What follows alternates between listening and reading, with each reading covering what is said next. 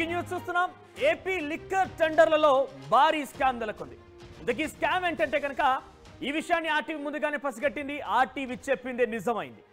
అటు అధికార ప్రతిపక్ష పార్టీలకు సంబంధించిన ప్రముఖ నేతలందరూ కూడా సిండికేట్ గా మారి తమ అనుచరులకి తమ యొక్క సన్నిహిత వర్గాలకు సంబంధించిన వ్యక్తులకు మాత్రమే ఈ వైన్ షాపులు వచ్చే రకంగా ప్రణాళికలు రూపొందిస్తున్నారట. ఇంతకీ ఏం జరిగిందంటే కనుక బేసిక్గా లిక్కర్ వ్యాపారం అనేది కొన్ని కోట్లలో కూడినటువంటి వ్యాపారం. ఇది ఎప్పుడు కూడా లాస్ తెచ్చే వ్యాపారం అయితే కాదు. దీంట్లో ఎట్టి పరిస్థితుల్లో కూడా లాభదాయకమైనటువంటి వ్యాపారం కాబట్టి తమ అనుచర గణం కానీ తన సన్నిహితులు కానీ ఉండే రకంగా ప్లాన్ చేస్తున్నారంట. ఏపీ వ్యాప్తంగా రాజకీయంగా ఉండే ప్రముఖులు కావచ్చు, ముఖ్యంగా ఎమ్మెల్యేలు మంత్రులందరూ కూడా ఇదే పనిలో పడ్డారట. సో ఈ వ్యాపారంలో తమ అనుచర గణం కానీ తామే ఇండైరెక్ట్గా తమ బంధువుల పేరిట తన స్నేహితుల పేరిట లిక్కర్ దందాని ఈ యొక్క వైన్ షాపులను దక్కించుకోవడంలో చాలా కీలక పాత్ర పోషిస్తూ ముందుకెళ్తున్నారట. అయితే వారంతా కూడా సామాన్య వ్యాపారులు ఎంటర్ అవ్వకుండా వారిని బెదిరింపులకు పాల్పడుతున్నారట. పలుమార్లు ఇదే విషయం పైన రాష్ట్ర వ్యాప్తంగా చర్చనీయాంశమైంది. అందరికంటే ముందుగా ఆర్టీవీ కూడా చెప్పుకొచ్చింది. ఎవరైతే ప్రముఖులు వచ్చి వ్యాపారాలు చేయలేని ఆలోచన ఉన్నవారు ఈ లిక్కర్ టెండర్లో పాల్గొందామనంటే వారి నుంచి రాజకీయంగా బెదిరింపులు ఎదురవుతున్నాయట. అధికార ప్రతిపక్షమైన తేడా లేకుండా ఇద్దరు సిండికేట్లో చాలా వరకు ఈ యొక్క స్కామ్కి తెరలేపుతున్నారట.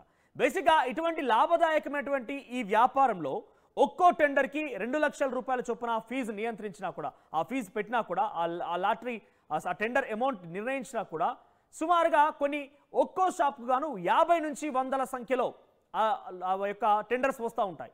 కానీ ఈసారి చూస్తే ఒక్కో షాప్కి 2 లేదా 3 వరకు మాత్రమే వచ్చాయి. ఏ జిల్లాలో ఏ రకంగా ఉందని చెప్పిన తర్వాత ఇంతకీ ఈ స్థాయిలో తెరలేపినటువంటి ఆ రాజకీయ ప్రముఖులు ఎవరో నేను మీకు చెప్పే ప్రయత్నం చేస్తా.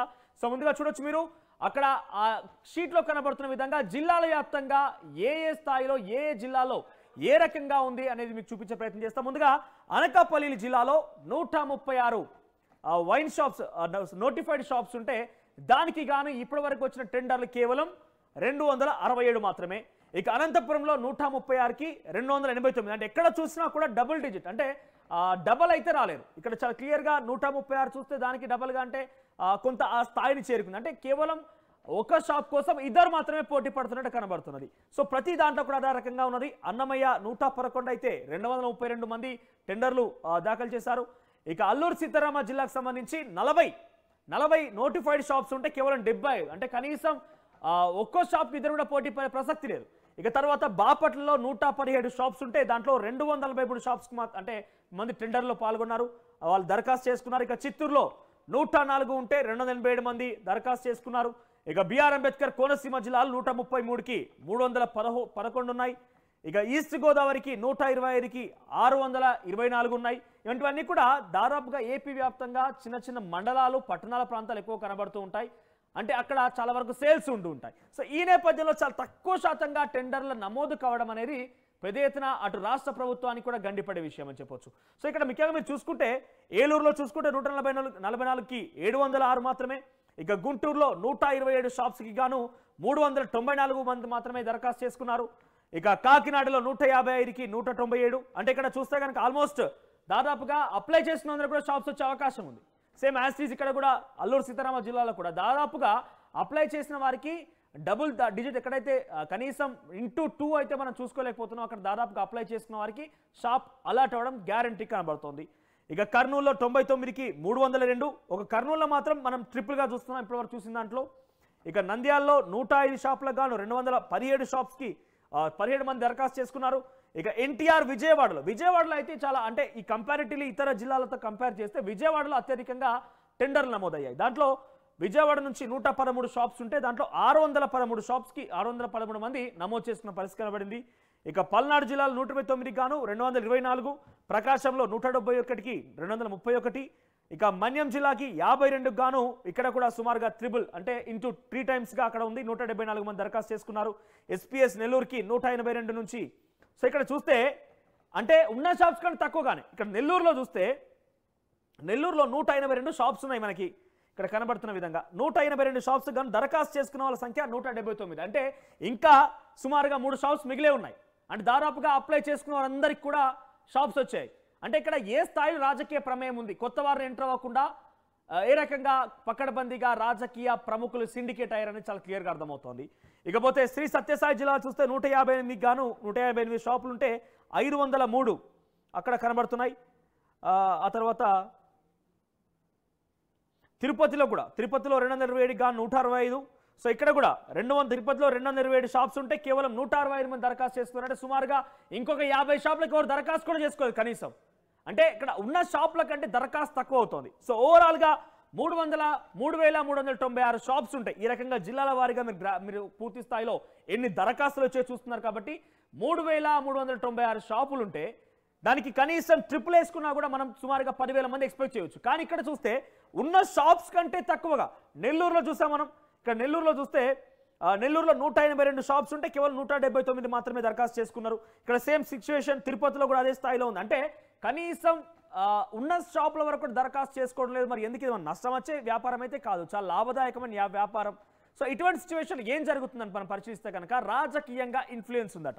సో రాజకీయంగా ప్రముఖులంతా సిండికేట్గా మారిపోయి, రాజకీయంగా అధికార ప్రతిపక్షాలు మొత్తం కూడా సిండికేట్గా మారిపోయి వారంతా కూడా చేసినటువంటి నిర్వాహకం ఇది. సో కొన్ని ఉదాహరణలు చెప్పే ముందు ఇక ఎల్లుండితో అంటే ఈరోజు ఆల్రెడీ సుమారుగా 7వ తేదీ రోజు అంటే ఎల్లుండితో పూర్తిగా ప్రక్రియ ముగుస్తుంది. 9వ తేదీన ఈ యొక్క టెండర్ల ప్రక్రియ ముగుస్తుంది.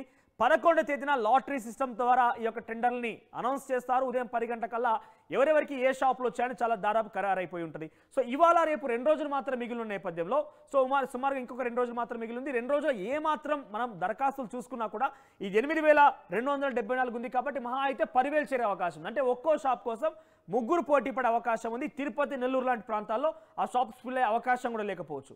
సో ఈ సిచ్యువేషన్లో ఒక మచ్చు ఉదాహరణ ఏటువంటి రాజకీయం జరుగుతుండడానికి మీకు చెప్పేది ఏంటంటే శ్రీకాకుళం జిల్లాలో 158 మంది మద్యం షాపులు టెండర్లు వేస్తే దాంట్లో అచ్చెన్నాయుడు, ఎమ్మెల్యే కూన రవికుమార్ మధ్య చాలా తీవ్రమైన పోటీ ఉందట. వారిద్దరి మధ్య చాలా అనుచరగణానికి స్నేహితుల మధ్య ఇవ్వడం కోసం చాలా తీవ్రంగా పోటీ పడుతున్నారట. ఇక ప్రతిపక్షం పాత్ర ఏ రకంగా ఉంది టెండర్లో అని కనుక మీరు గమనిస్తే కనుక ఇక్కడ చాలా క్లియర్గా అబ్జర్వ్ చేయండి. ఇక్కడ అధికారం లేకపోయినా కూడా ఉమ్మడి విజయనగరం జిల్లాకు సంబంధించినటువంటి టెండర్ల ప్రక్రియలో బొత్స సత్యనారాయణ అనుచరులదే హవా కొనసాగుతుందట. సో ఇటువంటి ప్రక్రియలు చాలా రకంగా ఉన్నాయి. మరింత పూర్తి స్థాయి డీటెయిల్స్ మా ప్రతినిధి కృష్ణమోహన్ అందిస్తారు. ఎస్ కృష్ణమోహన్, సో ఇక్కడ అధికార ప్రతిపక్షం అని తేడా లేకుండా ఏ రకంగా అక్కడ ప్రక్రియ కొనసాగుతోంది, ఏ రకంగా అక్కడ సిండికేట్ వ్యవహారం కొనసాగుతోంది, ఇది ఒక రకంగా ప్రభుత్వానికి గండి కొట్టడమే కదా ఆదాయానికి. ఎస్ మనోజ్, మొదటి నుంచి అంటే గడిచిన 2 రోజులుగా ఆర్టీవీ ఈ మద్యం సిండికేట్ల వ్యవహారం మీద ఏదైతే కథనాలు ప్రసారం చేసిందో అవే వాస్తవ రూపాలుగా గణాంకాలతో నిన్న ఇప్పుడు ఆర్టీవీ కూడా చూపించే ప్రయత్నం అయితే చేస్తుంది. అధికారులు అఫీషియల్గా ఇచ్చిన గణాంకాల ప్రకారం మనం చూసుకున్నా కూడా ఏ జిల్లాల్లో ఎన్ని షాపులు ఉంటే ఆ షాపులకి దరఖాస్తులైన ఫామ్స్ ఎన్ని అనే దాని మీద కూడా లెక్కలు చూసుకుంటే దాదాపుగా 1:2% కూడా రాని పరిస్థితి. దాదాపుగా 3,500 షాపులు ఉంటే ఇప్పుడు వరకు 8,276 అంటే కేవలం 8,276 దరఖాస్తులు మాత్రమే వచ్చాయి. దాదాపుగా ఈ అంచనాలో ప్రభుత్వం ముందుగా అంచనా వేసింది దాదాపుగా 25,000కి పైగా ఈరోజు దరఖాస్తు ఫామ్స్ వస్తే దాని ద్వారా కనీసం అంటే ప్రభుత్వానికి కొన్ని వందల కోట్ల రూపాయలు ఆదాయం పెద్ద స్థాయిలో రాబోతుందని అందరూ ఊహించారు. కానీ ఆ ఆదాయాన్ని ఊహించిన ఆ లెక్కల్ని ఏదైతే ఎక్సైజ్ శాఖ ఊహించిందో, ఆంధ్రప్రదేశ్ ప్రభుత్వం ఊహించిందో దాన్ని పూర్తిగా కూడా ఇప్పుడు నీరుగార్చే ప్రయత్నం స్థానికంగా ఉన్న అధికారులు, స్థానికంగా ఉన్న ప్రజాప్రతినిధులు చేశారనేది చాలా స్పష్టంగా ఈ లెక్కలైతే అర్థమవుతుంది. మనం కానీ చూసుకుంటే ఇప్పుడు వరకు కొన్ని జిల్లాల్లో కనీసం నెల్లూరు, తిరుపతి లాంటి జిల్లాల్లో, నెల్లూరు జిల్లాలో 192 షాపులకి అంటే 182 షాపులకు 179 టెండర్లు మాత్రమే వచ్చాయంటే నెల్లూరు జిల్లాలో స్థానిక నేతల హడావిడి, స్థానిక నేతల బెదిరింపులు ఎంత స్థాయిలో ఉన్నాయో అర్థం చేసుకోవాల్సిన పరిస్థితి చాలా స్పష్టంగా కనబడుతుంది. అలాగే ఇక తిరుపతి జిల్లా వ్యవహారంలో కూడా దాదాపుగా 227 షాపులు ఉంటే అక్కడ కేవలం 165 టెండర్లు మాత్రమే ఈ రోజు వరకు వచ్చాయంటే అక్కడ కూడా పరిస్థితి చిత్తూరు జిల్లా అంటే ఉమ్మడి చిత్తూరు జిల్లా, ఉమ్మడి నెల్లూరు జిల్లాలో పరిస్థితులు ఏ విధంగా ఉన్నాయో మనకి అర్థమవుతున్న పరిస్థితి చాలా స్పష్టంగా కనబడుతుంది. సాధారణంగా కానీ ఒకసారి కానీ మనం కానీ చూసుకుంటే ఇప్పుడు లేటెస్ట్గా ఒక ఇన్ఫర్మేషన్ వస్తుంది. 931 షాపులకి అసలు టెండర్లే పడలేదట. ఇప్పుడు లేటెస్ట్ డేటాలో 931 షాపులకి అసలు టెండర్లే పడలేదు. వీటిల్లో దాదాపుగా తిరుపతి జిల్లాలో 133 దుకాణాలు అంటే 133 షాపులకు, నెల్లూరులో 84 షాపులకు, కాకినాడలో 58 షాపులకు, ప్రకాశం జిల్లాలో 60 షాపులకు, సత్యసాయి జిల్లాలో 60 షాపులకు, విశాఖపట్నం జిల్లాలో 60 షాపులకు ఒక్క దరఖాస్తు కూడా ఈరోజు దాకా ఫైల్ కాల. అంటే దీన్ని బట్టి అర్థమవుతుంది ఇవన్నీ కూడా ఆదాయాన్ని తెచ్చిపెట్టే షాపులు. ఎక్కడైతే షాపులు పెద్ద ఎత్తున వ్యాపారం జరగబోతుందో, ఇది ఇంకోసారి మళ్ళీ రిపీట్ చేస్తున్నాను, 931 షాపులకి ఒక్క దరఖాస్తు కూడా అందలేదు అనేది నిజంగా అంటే ఇప్పుడున్న ఆంధ్రప్రదేశ్లో మద్యం షాపుల మీద పెద్ద ఎత్తున ఆశలు కల్పించారు. మద్యం రేట్లు తగ్గించింది ప్రభుత్వం, మరోవైపు క్వాలిటీ మద్యాన్ని ఇవ్వబోతుందని చెప్పింది. ఇన్ని రకాలుగా చేసిన స్థానిక నేతలెవరు కూడా కొన్ని షాపుల వ్యవహారంలో చేస్తున్న గోల్మాల్ కావచ్చు, వాళ్ళు చేస్తున్న బెదిరింపులకు కావచ్చు, ఈ వ్యవహారంలో 931 షాపులకి ఒక్క దరఖాస్తు కూడా అందలేదు. దీంట్లో ప్రధానంగా తిరుపతిలో 133 షాపులు, అలాగే నెల్లూరులో 84, కాకినాడలో 58, ప్రకాశంలో 60, సత్యసాయి జిల్లాలో 60, విశాఖపట్నంలో 60 షాపులు.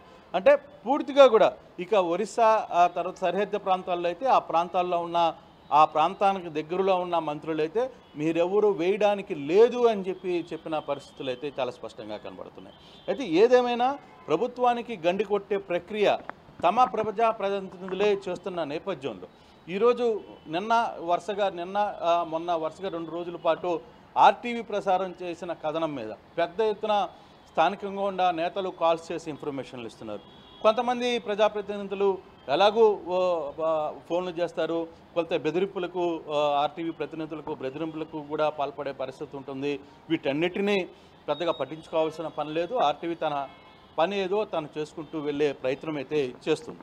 కానీ ఇప్పుడు జరుగుతున్న దీంట్లో ఓవరాల్గా ప్రభుత్వానికి ఎన్ని కోట్ల రూపాయలు నష్టం రాబోతుంది అనే దాని మీద ఈరోజు ఉదయాన్నే అధికారులకు జిల్లా అధికారులకి సీఎంఓ నుంచి ఫోన్స్ వచ్చాయి. ప్రభుత్వం రావాల్సినటువంటి ఆదాయం గండిపడడంతో పాటుగా నిజమైనటువంటి నిక్కచ్చి వార్తతో ప్రచురిస్తున్నటువంటి ఆర్టీవీ కథనాల విషయంలో కూడా పెద్ద ఎత్తున చర్చ కొనసాగుతుంది. కొంతమంది మీరు చెప్తున్న ప్రకారంగా బెదిరింపులకు కూడా పాల్పడుతున్నారు. సో ఏకంగా మనం పేరు చెప్పడంలో తప్పేం లేదనిపిస్తోంది. సో ఎవరెవరు ఏ రాజకీయ నాయకుడు ఏ రకంగా ఇన్ఫ్లుయెన్స్ చేస్తున్నారో ఆ జిల్లాల వారిగా మీ దగ్గర ఉన్న సమాచారం ఏంటి? అంటే బేసిక్గా ఓవరాల్గా మనం చూసుకుంటే మొన్న మొదటి నుంచి మనం చెప్పుకుంటున్న శ్రీకాకుళం జిల్లా నుంచి తీసుకుంటే ప్రతి దగ్గర కూడా శ్రీకాకుళం జిల్లాలో జరుగుతున్న వ్యవహారం కావచ్చు, విజయనగరం జిల్లాలో జరుగుతున్న వ్యవహారం కావచ్చు, తూర్పుగోదావరి, వెస్ట్ గోదావరి, నెల్లూరు, ప్రకాశం, గుంటూరు, కడప, అనంతపురం, కర్నూలు, చిత్తూరు, వీటన్నిటిలో కూడా ఇచ్చిన డేటాలో అక్కడున్న స్థానిక ప్రజాప్రతినిధులు దాదాపుగా అందరూ ఎక్కడో దాదాపుగా ఒక్కొక్క జిల్లాలో 3-4 తెప్పితే మిగతా ప్రజాప్రతినిధులు అందరూ కూడా గుంటూరు కావచ్చు, పల్నాడు జిల్లా కావచ్చు, వీటన్నిటిలో కూడా పెద్ద ఎత్తున వీళ్ళందరూ కూడా బెదిరింపులకు పాల్పడుతున్న పరిస్థితి మనం చూస్తున్నాం. ఈ నేపథ్యంలోనే సీఎంఓ కూడా అలర్ట్ అయింది మనోజ్. ఈరోజు ఉదయం జిల్లా కలెక్టర్లందరిలో కూడా ఫోన్లు చేసి మరీ చెప్పారు సీరియస్గా. ఈ వ్యవహారం మీద ఇమీడియట్గా స్థానికులకి జిల్లా కలెక్టర్ ఆదేశాలు ఇమీడియట్గా జారీ చేశారు. ఎక్సైజ్ శాఖ కావచ్చు వాళ్ళందరూ కూడా ఎక్కడైనా సరే ఈ వ్యవహారంలో టెండర్లు సంబంధించిన వ్యవహారంలో ప్రతి ఒక్కరూ స్వచ్ఛందంగా పాల్గొనే స్వేచ్ఛను కల్పించాల్సిన బాధ్యత జిల్లా కలెక్టర్లదే. తద్వారా పోలీసులు కూడా ఆదేశాలు ఇస్తున్న పరిస్థితి అయితే ఉంది. మీరు ఎవరైనా బెదిరింపులకు పాల్పడే ప్రయత్నం జరిగితే జిల్లా కలెక్టర్లకి కాల్ చేయండి, జిల్లా పోలీస్ అధికారులకి కాల్ చేయండి, వాళ్ళు అండగా ఉంటారు అనేది కూడా చెప్తున్న పరిస్థితి. కానీ ఇప్పుడు ఆన్లైన్లో అప్పటికే ఎక్సైజ్ శాఖ కొన్ని మార్పులు జరిగింది. మొన్న వరకు ఆర్టీవీ కథనాలు ప్రసారం కాక ముందు వరకు కూడా ఏం జరుగుతుందంటే జిల్లాలో స్థానికంగా ఉన్న ఎక్సైజ్ అధికారులే పలాని వాడు ఈ టెండర్ ఆన్లైన్లో వేశాడు, పలాని వాడు పలాని షాప్కి వేశాడని స్థానిక ప్రజాప్రతినిధులకు ఇన్ఫర్మేషన్ ఇస్తున్నారు. కానీ ఆ నేపథ్యంలో అక్కడ ఇమీడియట్గా దాన్ని వాళ్ళు తెలుసుకోవడం, ఇమీడియట్గా వాళ్ళ ప్రజాప్రతినిధులు వాళ్ళ అనుచరులు అక్కడికి వెళ్ళి వాళ్ళకి ఫోన్లు చేయడం, బెదిరించడం, ఇటువంటి పనులు చేస్తున్న పరిస్థితి అయితే ఉంది. కానీ తర్వాత నిన్నటి నుంచి ఓన్లీ సంబంధించిన పాస్వర్డ్ ఏదైతే ఉంటుందో అంటే టెండర్లు ఎవరు వేశారు ఓపెన్ చేయడానికి చూడడానికి కూడా వీలు లేకుండా జిల్లాకి ఒక ఉన్నతాధికారికి మాత్రమే ఆ అవకాశాన్ని కల్పించినప్పటికీ కూడా అక్కడి నుంచి కూడా కొంత లీక్ అవుతున్న నేపథ్యంలోనే దాదాపుగా పెద్ద సంఖ్యలో ఊహించింది ప్రభుత్వం. 25,000 నుంచి 30,000, 40,000 దాకా దరఖాస్తులు రాబోతున్నాయి ఈ 3,396కి షాపులకు గాను. పెద్ద ఎత్తున ప్రభుత్వానికి ఆదాయం రాబోతుందని ఊహించారు. కానీ ఆదాయంతో ఇక్కడ పూర్తిగా కూడా గండి కొట్టిన పరిస్థితి అయితే చాలా స్పష్టంగా కనబడుతుంది. వరుసగా 2-3 రోజుల నుంచి ఆర్టీవీ వరుస కథనాలు ప్రసారం చేస్తున్న నేపథ్యంలో ఇప్పుడు అప్రమత్తమయ్యారు. జిల్లా కలెక్టర్లకు ఆదేశాలు ఇచ్చారు. జిల్లా కలెక్టర్లు స్థానికంగా ఉన్న ఎక్సైజ్ అధికారులతో మాట్లాడుతున్నారు. ఎందుకు టెండర్లు రావట్లేదు? ఇందాక నేను చెప్పాను 931 షాపులకి కనీసం ఒక్క దరఖాస్తు కూడా రాలేదు అంటే అక్కడ పరిస్థితి ఎంతో అర్థం చేసుకోవాలి. అటువంటి పరిస్థితులు పెద్ద ఎత్తున ఇక్కడ కనపడుతున్న నేపథ్యం అయితే మనకు కనబడుతుంది. దాదాపుగా కొన్ని జిల్లాల్లో